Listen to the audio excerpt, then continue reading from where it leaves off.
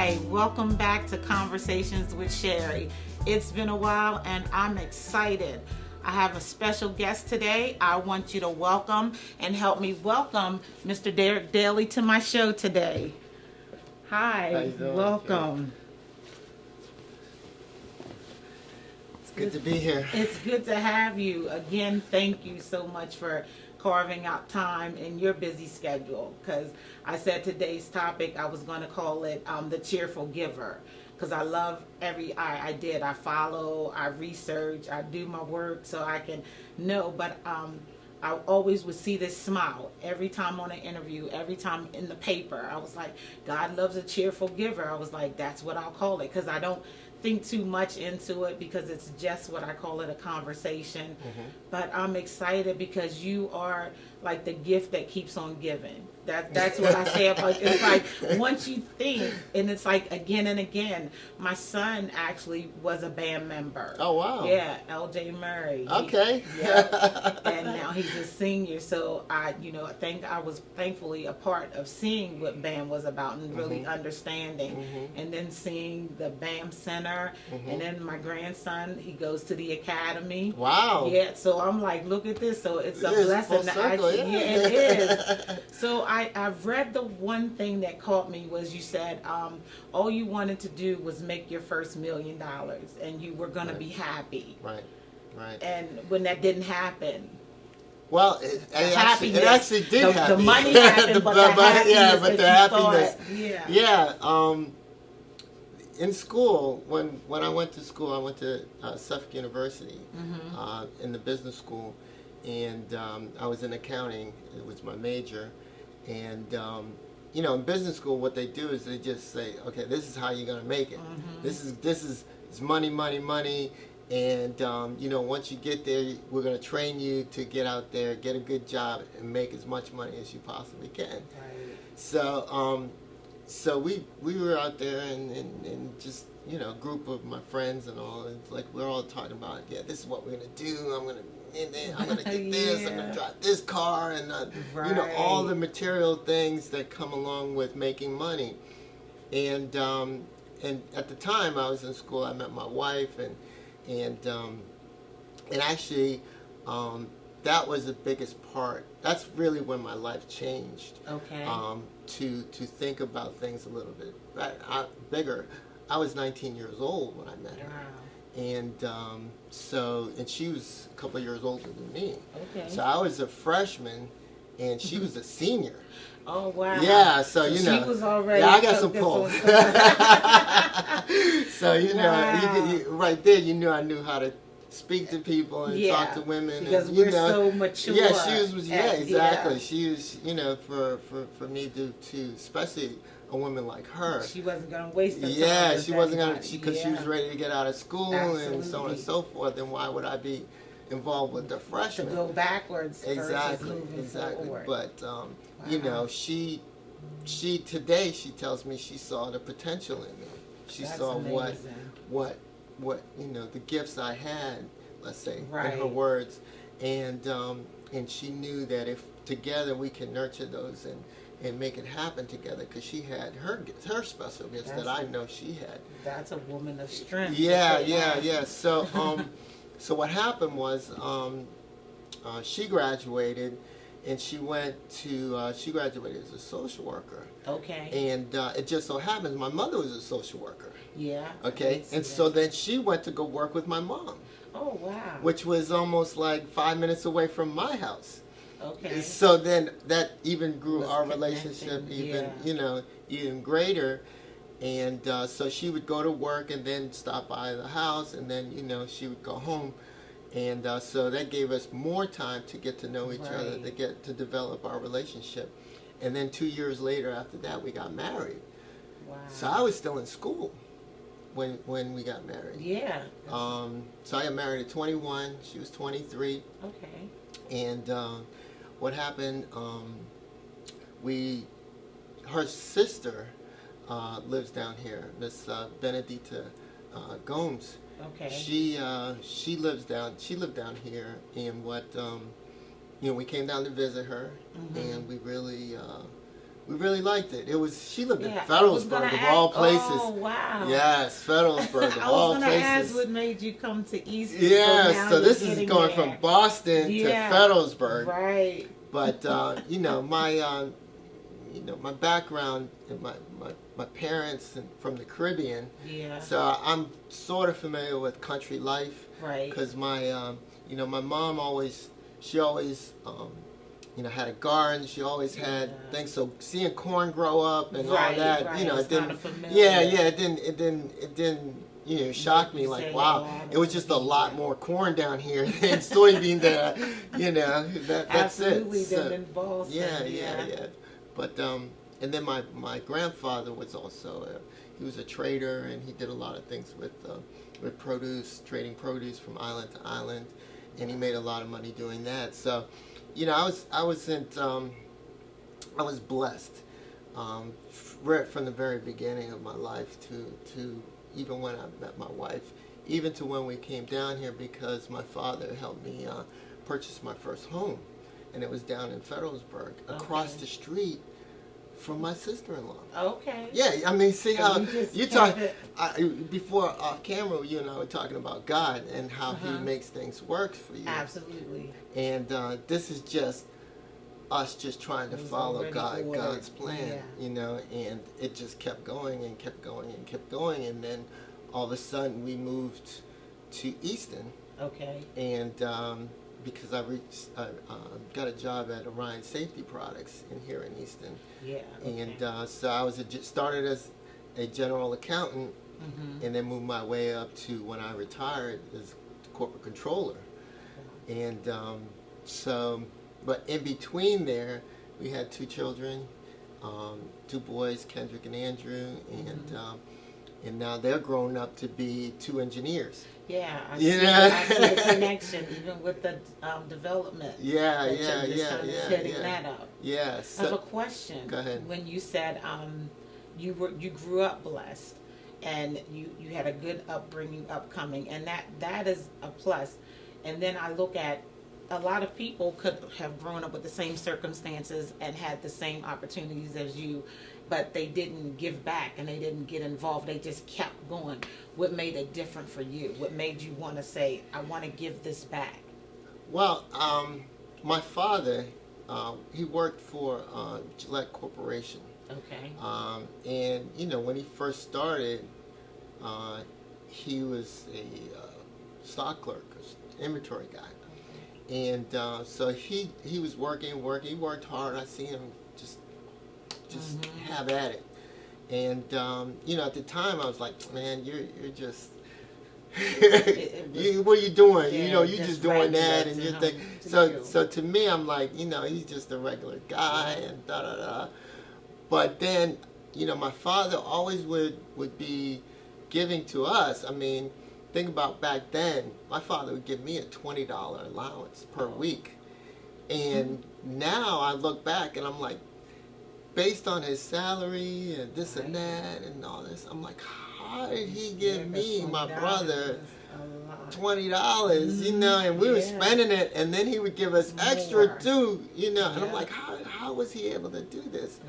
And so, I found out that my father was a lot smarter than I thought. Of course, sometimes we look at the outer, we don't know what's behind the scenes. Exactly. So then, I dove a little deeper into the things that he was doing, and I stood a little more closer to him and was watching him. And my father was always a giver. He was always someone that would give the shirt off his back to someone if they needed it. And then when he retired, he became a minister. Okay. And then he became a full-blown ordained reverend. Gotcha. And he moved to the Caribbean, and he would still give. So I'll tell you this story, and this is where it ignited a lot of the things in me. Where my father came from was Montserrat. Montserrat is a small island in the Caribbean. Okay.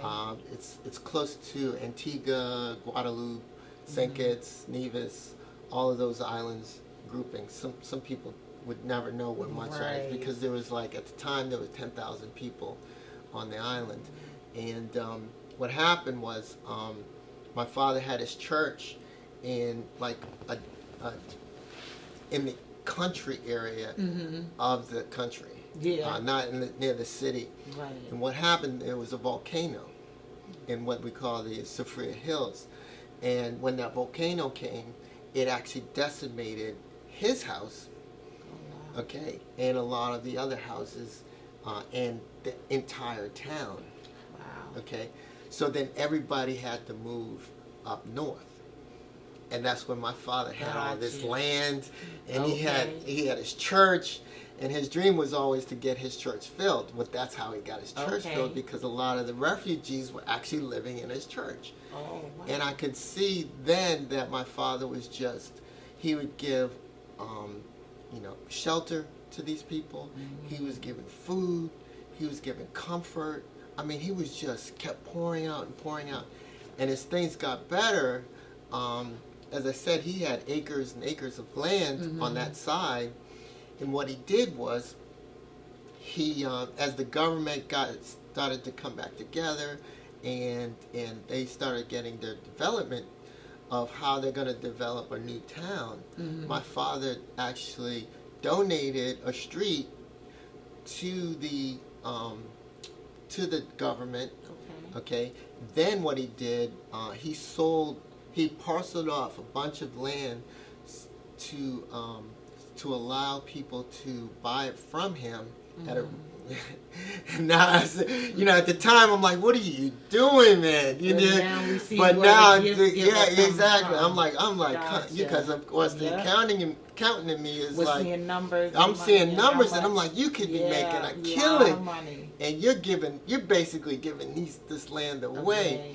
And so he gave about maybe 10, 15 lots away, all on the street that they created through his property, and so that allowed people to relocate to that area, and he's been and he was a blessing to them. So then I was like, as I became an adult, and I'm looking at all my things my father did, I'm like, wow, this was an amazing man. So when he died, and we took his body, he was in Boston, and then we took his body back to the island. My father was actually laid in state in his church for 3 days. Wow. And that was another moment. I'm like, this is telling me, and then being down there and seeing the amount of people that were actually just pouring through this little church, and they just kept coming and coming and coming, and then they will come up to me. I'm getting emotional now. I'm getting goosebumps. Because it's like you don't see how important everything he did. Yeah. He gave it out of love, and then they came to express their love. Because a lot of people, I'm sure he saved their lives, but he never had conversations about it. He just gave and did from his heart, and that's what I see a lot with you. You're not saying, this is what I did, this is what I did. You show us, and then you explain.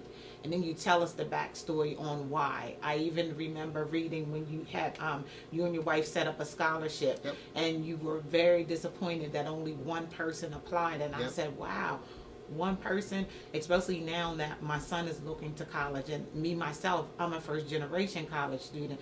So I was unaware, because I've never attended college, just 2019, just enrolled, so almost completing college. So I'm understanding the importance of scholarships and, reaching out and finding, everything is not going to be the big ones. Sometimes it's the little ones, but it's the fact of not looking for one person for a scholarship. So that was disheartening, and that struck a chord in you too, huh? Well, that I just want to tell you that your son is eligible for the BAM scholarship that we have, because he went through BAM. But with that, that was my wife and I. As I said, we got to where we were. We were all both doing well, and then we were like, okay, how can we give back to the community? And that's when we went to the Midshore Community Foundation and said, you know, we want to start a scholarship. How can you do it? They, you know, we don't want to start a full 501c3, and they're like, this is what we do, and so on. So it was a perfect match at the time for what we were looking for. And so what I did was we put in some seed money. I had some big donors that came in, and because I was a member of Rotary. Yeah, I saw. Yeah, and so you know, I enlisted some of the buddies that I there, and then you know having you know Jim Clark and Bill Hunter as friends also. It was that really helped things out and get things started, and so what we did was we started that, and we said what we'll do is give $1,000 every year. Split it up between semesters, 500, and for 4 years. 2.5 GPA, and you know we're thinking we're gonna get this list, and we're gonna have fun sitting on our kitchen tables, scratching through, and you know getting oh, this is good, oh this is good, and we got one, Lance Wilson. And Lance and I are friends. He's a minister. Yeah, Lance Wilson. But let me tell you about that. Again, you know, God is amazing. Things happen for a reason. Yeah. And that just upset me. It got me mad. It got me on the circuit, doing interviews, doing all this, and trying to get exposure out there and telling people exactly what happened.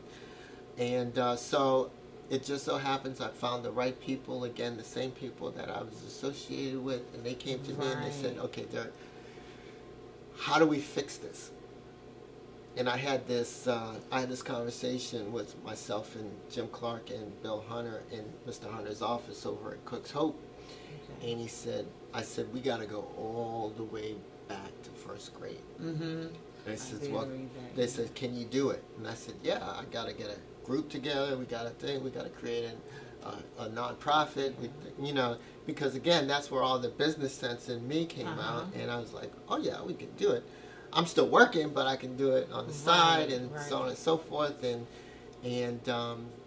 so we got a group together.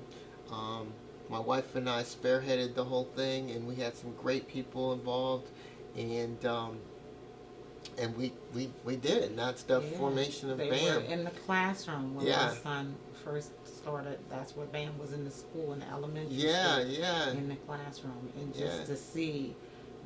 It blows my mind. My cousin Donald actually works for BAM too. Oh, Donald! Okay. Jeez. So, you and I have a lot more in common. And I was telling Lance, and I was like, and he was the first person that I told. I said, I got my next interview. I said, it's Derick Daly. He was like, oh, he said, sis, you're gonna love it. I said, yeah. I said, because of the fact that I always say, whatever I bring on this sofa or whoever, it has purpose. It has to have purpose. I never want, when you flick the channel, the only thing you see is me popping necks or twerking or using obscene language. And it's not about shade. I'm the little girl from Graham's Alley. It was Graham's Alley before it was Kelly Gibson Street. The same girl that mother taught her morals and respect. And the funny thing is, I think kids, and when you were saying how you had to go back and to first grade, because that's really where it all begins. It's the nurturing. It's the, the ball gets dropped. There's no big mama that was there back in the day. Now the mothers are younger, the grandmothers are younger. So the morals and the things that children need to get instilled in them, I'm like, oh my God. And in the school, I was like, wow, he really gets it. And that's all I ever say is, wow. To want to be able to, I always say in my life, what God is doing, I just have to let him do what he's doing. And I said he's not going to make everything perfect in my life before I inspire, encourage, and uplift people. He said, as you climb, you'll be able to lift, but I'm going to keep you in the place of, even in the midst of it, you'll still be able to pour into others from your place to say, this is where I've come from, but this is also capable of doing. You're not your environment. You can take and look at two parents might have been alcoholics, but the children, yes, genetics is only 50%. The other 50% is your environment. So it's a choice of the environment. If I chose to say my environment, that's when, to me, the ghetto was love. the ghetto was when your lights got turned out, people ran an extension cord, and people didn't talk bad about you. They helped you when you were hungry. They fed the children when the mother worked at night. It was the total opposite of that was the village, and that's what we're missing. And I love the name that you have for the school, because it's the village is what raises the children. It was a village. I was a product of a single mother, but the village was there to make sure. Of course, children, we make our own decisions. We grow up. Your children will make mistakes, but I also know that I am a product of my mother. I was under the drug ministry. My mother drugged me to church. You know, it wasn't a choice. It was what it was. And when I got to my place of, oh, I'm not doing this, she had already planted that seed. And the word says, train up a child in the way it should go. Exactly. And by you putting them in that atmosphere of hearing the word of God, seeing God be an example on people's lives, that's something, the seeds of those children, they may not be in your house. You don't have to have a person in the house to plant a seed in them. And some will water, some will plant, and some will see it grow. And I just believe that you have planted some amazing seeds in this community. It's like such a blessing and an opportunity to see all of this go forward. And, you know, I pray that other people who have opportunities like you, and even of myself and like Lance, oh my God, of how we're still able to give back. We can't all wait until we get a Daly status to give back to the community. Sometimes it's your voice, sometimes it's your presence. But well, let me tell you the Lance story.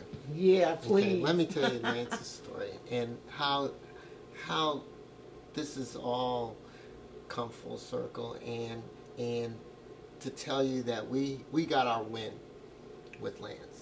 Yeah. Okay, we got our check mark. We got our, this was 100% worth it. Again, Lance graduated from college.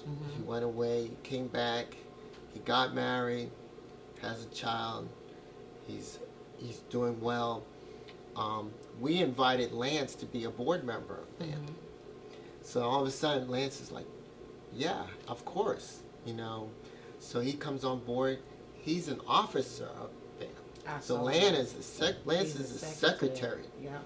So then on top of that, this summer, Lance's daughter goes to BAM's program, because we just added girls now to our program. Yeah, I saw that on so the site. that first edition of girls, wow, Lance's daughter was a part of. Right, so that's full circle. So then just this week, okay, Lance goes to Polaris Village Academy. Lance's daughter is going to Polaris Village Academy, which is, that academy was created for young children that want to experience individualized learning. Okay. For example, you and I, we've grown up in two different environments. I can tell you, and I'll be honest with you, I've never tasted poverty. Right. You know, I don't know what poverty looks like, Gotcha. other than watching on TV or and poverty is also a mindset. Yes. Yeah. You know, but even from a mindset not, I've absolutely. never. And you listen to some of my interviews, I'll tell you, my mother, my father have always been nurturing of anything I wanted to do, and always pushed me to be the best I could be. Yeah. So it was never I've never been without. Right. Now, problems that I might have had in my life, I created them myself, and I take ownership for those things. And so, but it wasn't due to a lack of, or my parents not pushing me to get to where I needed to be. So, you know, with Polaris though, it's like we recognize that we may have one kid that had a mother and a father, and have had extra help on some things, and have a certain talent, because we're all encoded with a certain talent. Yes. Okay. And what we're trying to do is get that talent out of the child, get that special gift out of the child. But the way you do that, you have to recognize it as teachers, as an organization that is actually trying to enhance the intelligence level of the child, because every child comes with a level of intelligence. Absolutely. Okay? Absolutely. So what we're trying to do is, okay, how can we get that out? So that's where we have small class sizes. We have 10 kids. We're free. So we're free private school. That okay, and what we do is we have a very low student to teacher ratio. So we have right now I think we have 15 to 20 kids, and we have 3 teachers. We have an art person that comes in. We have a music teacher that comes in. We have a social worker. We have a speech therapist. Okay, so all of these people as a group are dealing with these small number of kids. Now people would say, well, that's crazy. How are you spending all that money and your cost per child, you know, is through the roof. So I don't know if I can support you because your cost per child. It's like, to me, there is no cost per child. If I spent 20, 30, 40, $1 billion on one child, it's worth it. It's going to be worth it, absolutely. Okay, so we have to get that out of that mindset, and unfortunately, you know, the school system is counting kids based on the amount of dollars they get from the state, from the feds, from the county. Right. So they need to reevaluate how they deal with the children, how they think about the children.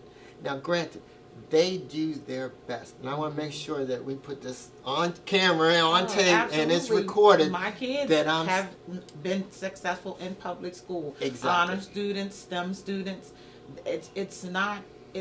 They're responsible for a certain portion of that. We as parents and as a single mother, I have to make sure that my children come home and study and push them to get good grades, because if you want to go to college or you expect to have a decent life, you have to pour into your children. That's not their job. Their job, they get paid to teach. But once the bells rang and it's over, the parents, we don't stop and drop the ball and say, well, you do it when you go to school. Exactly. We have to continue to teach our children to read, to make sure, like I wanted my children to write in cursive. You know, they took that out of the curriculum. My youngest one does write in cursive. It's certain things. You want your children, I always say, I want my kids to be better than me. My kids see me at night doing homework late, struggling to do homework. My kids are so smart. And we had a question at one of my classes, actually it was one of my psych classes, that asked, how does two average parents have very intelligent children? And I said, wow, this is funny. This is like they're speaking to me, because I know that myself and their father, we're average students. We do well, but our children exceed. Like my daughter is like, I'm like, wow, she is really smart. And it's funny because you can't out argue or out debate a STEM student, because they know, and they look at things so different. I know, and it's always that with her. And I look at my son, he does calculus, he's good with numbers, and I would get him to teach me algebra. I'm like, son, I need your help. And I'm telling them, you know, this is not what you want, to be almost 50 years old and to go to college. And college isn't for everyone. I'm not forcing that either. Find your thing, find your purpose, and that'll take you just as far. But I don't want you to wait. I knew God had an opportune time for me to go to school. He knew I wasn't equipped or prepared to just do and focus the way that I am now. So I understand that. But I try to make it for them to understand that school is going to be important no matter where you are. You're going to need to know how to count. You're going to need to know how to read. You know, and my son plays a lot of sports, and I don't ever discourage him from that, but I need you to understand that you're not going to be the next anyone. You'll be the first of whoever you are. You will not bank and rely on becoming someone and then be broke. You'll still need to know a trade. You'll still have to find something that all these things connect. And if we don't pour into our kids, and we can only expect so much, we had to learn that from being home during the pandemic. You had to see what the teachers dealt with if your children weren't good students. Now you could pull back and say, wow, they had to deal with this. How did they do this? The respect level should have come up a lot during the pandemic of what teachers have to deal with, especially in public schools. Exactly.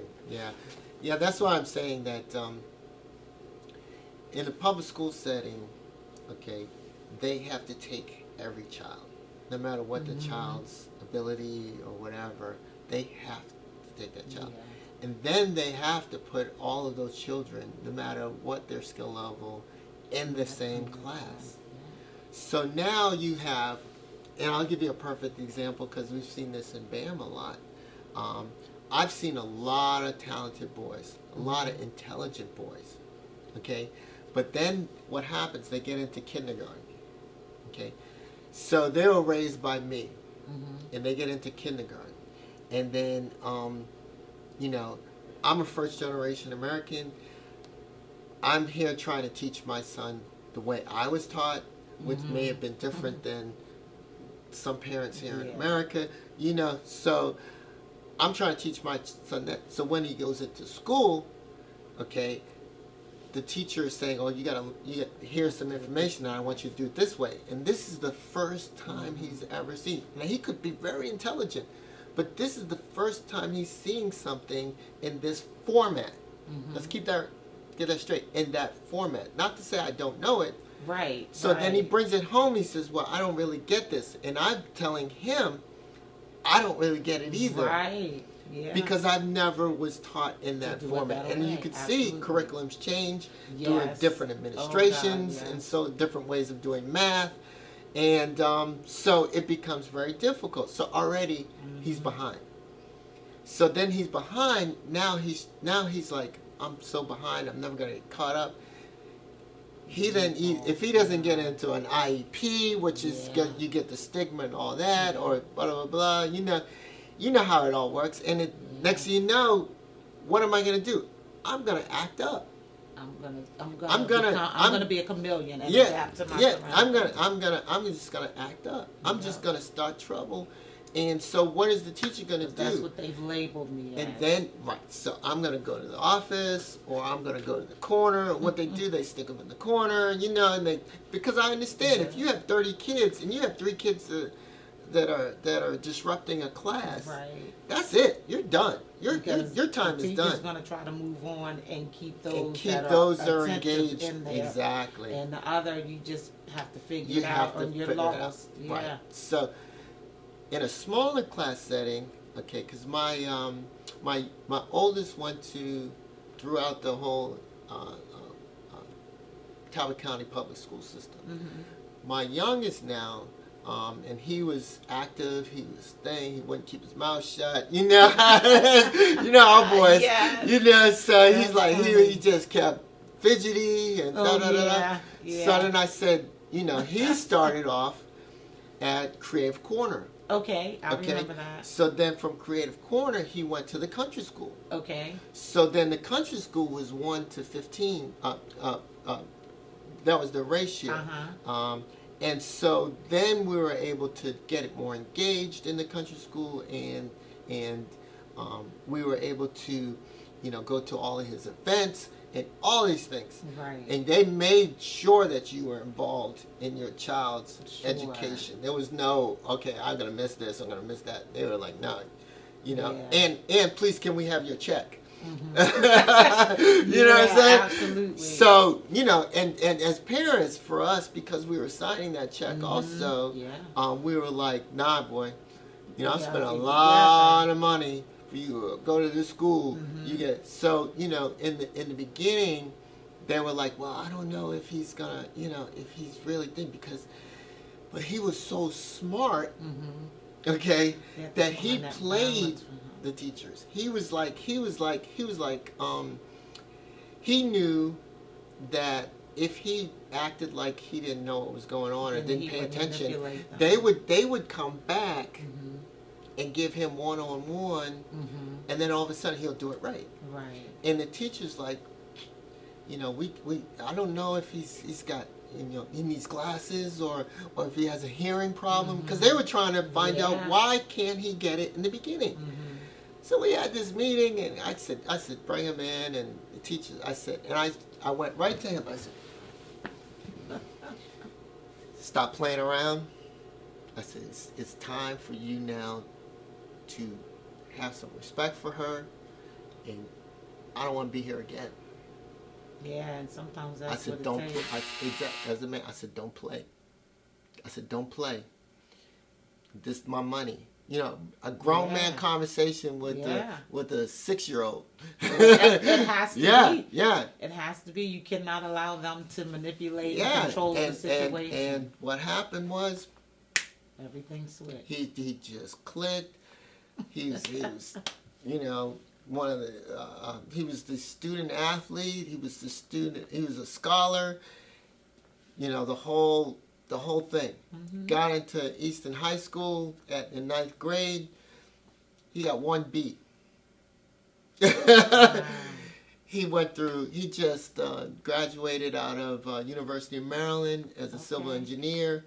3.4 GPA in engineering. Oh my God. He's currently working for Michael Baker engineering firm.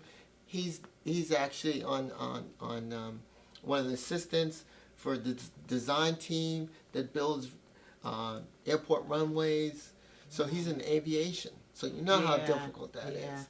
So, you can't just imagine if we would have wrote him off, just before, and he's a child. He doesn't know any better. He doesn't know what he's doing. So that's how you saw exactly. First grade. You got to get first to the in the beginning, to the root of it. And that's why we started Polaris Village Academy, so that we can identify these kids, find out how they learn, find out what their little quirks are and all that. And then even if they spend 3 years with us, 4 years, 5 years with us, and then transition to at least they have that base. Yes. That developmental skill, and that's what it's like. It's like you're planting the seeds and you're developing them. So whatever they have, they take it with them, because that's one thing about knowledge and education. You can take it with you. Wherever you are, whatever job you leave, whatever school, you take that wisdom with you. You don't leave it. You don't give it back to the school that you went to, but it has to get developed in order for it to grow. It has to get planted for that seed. It has to get watered, and it has to get nurtured. Because all those, I look at my 4-year-old grandson, my God, what you're saying, I'm like, because he's so smart, but he's so busy. So it's oh my God, how do you, so everything that you're saying, I see that as the perfect fit for him, because they will identify with, the little quirks, the little things, because he loves everything about school and learning, because he was in daycare prior. So he's so excited. He loves school. So I'm like, oh, this is it for him. Now, it doesn't mean he's going to stop being busy or all those things, but it's like what you said. Sometimes when kids behave that way, people are like, look, it's too much. I can't deal with this. Exactly. And sometimes as parents, you hear that. They're too much. And, this will help even parents even become better with recognizing things in their children and how to deal and how to cope better. Oh yeah, definitely. And I'll take you full circle here again. That's what we're trying to do. That's what you're trying. This will really wrap it up, because think about it. With Polaris Village Ministries, what we started over in Mount Pisgah Church on Port Street, right. We're going to renovate that building there. So once we do that renovation, we're now a licensed daycare operator. Okay. So we're able to get kids from 3 months on through high school. Wow. From a daycare standpoint, our license. What we're going to do is take them from 1 year. Okay, so they're going to be 1-year-old. They're going to come to us. Okay, and in Mount Pisgah, we're going to be expanding in. It's a very large church on the 2nd floor. So on the 2nd floor, we're going to have 3 classrooms. So, 1-year-olds, 2-year-olds, and 3-year-olds are going to be up there. Okay, wow. 30 kids. So those are the 30 that are going to transition to Polaris Village Academy once we build the new BAM Academic Center. Gotcha. Okay, so we're going to be tenants of the BAM Academic Center. Yeah. No connection, folks. Where's the camera? No connection, folks. Okay, 2 separate entities. Okay, but we are going to be renting from them the building. Gotcha. And once we do that, we're going to be in there. And so think about it. From 1-year-old kid, you're going to be with us to to the age 15, 16. The developmental and the time that we're going to have with you, because what you're going to do is you're going to go with us, then you can go to BAM, then your parents can come to the BAM Center and actually take a class, because we're going to partner with Chesapeake College. You can go over to the gym, you can play, do things with you. And then you're going to go home. Then we're going to do it all again. Wow. So you're going to have that environment. And then across the street, we're going to house you. Yeah, we're going to house you. Because that's where our company, Naima, will do that project. And so with that, what we're going to do is create 82 homes across the street from the Bama Academic Center. And therefore, you got a full community. I know that I'm super, super excited about all of this, and to just hear you unpack it all and make sense. I kind of visual it when I ride by and like, oh, this is going on. I knew about Mount Pisgah. Like, this has been a pleasure, a blessing. Like, yeah, I really appreciate you taking the time. And then on top of that, let me finish this last thing. Then on top of that, we have Jack Construction, which we own. That's going to build it all. Okay, look, he is like, I tell you, I didn't call this the Cheerful Giver for no reason. And he's the gift that keeps on giving. So, I pray that you watch this episode over and over. When it's on YouTube, tell a friend, share, because we got to share the good news as much as we share negativity. Share the good news. See what good things are going on here in Easton. Thank you, Mr. Daly, for your time. I appreciate it. God continue to bless you in your business. And, of course, you'll see me in one of the locations.